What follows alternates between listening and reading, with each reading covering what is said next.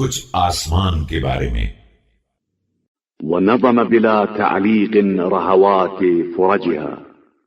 ولاحم سدوعا فراجها ووشج بينها وبين أزواجها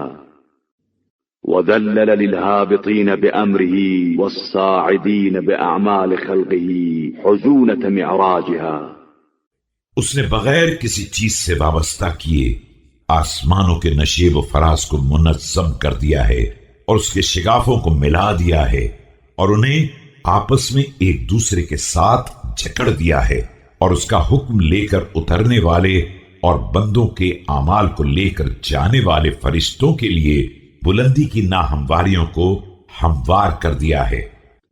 وناداها بعد إذ هي دخان فالتحمت عرى أشراجها وفتق بعد الارتتاق صوامت أبوابها وأقام رصدا من الشهب الثواقب على نقابها۔ ابھی یہ آسمان دھوئیں کی شکل میں تھے کہ مالک نے انہیں آواز دی اور ان کے تسموں کے رشتے آپس میں جڑ گئے اور ان کے دروازے بند رہنے کے بعد کھل گئے،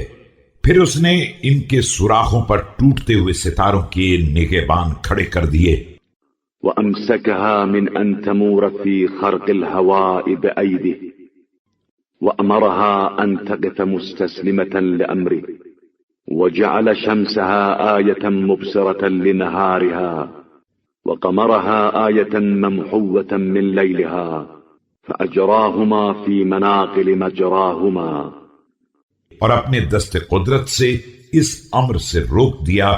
کہ ہوا کے پھیلاؤ میں ادھر ادھر چلے جائیں، انہیں حکم دیا کہ اس کے حکم کے سامنے سراپا تسلیم کھڑے رہیں، ان کے آفتاب کو دن کے لیے روشن نشانی اور مہتاب کو رات کی دھندلی نشانی قرار دے دیا، اور دونوں کو ان کے بہاؤ کی منزل پر ڈال دیا ہے۔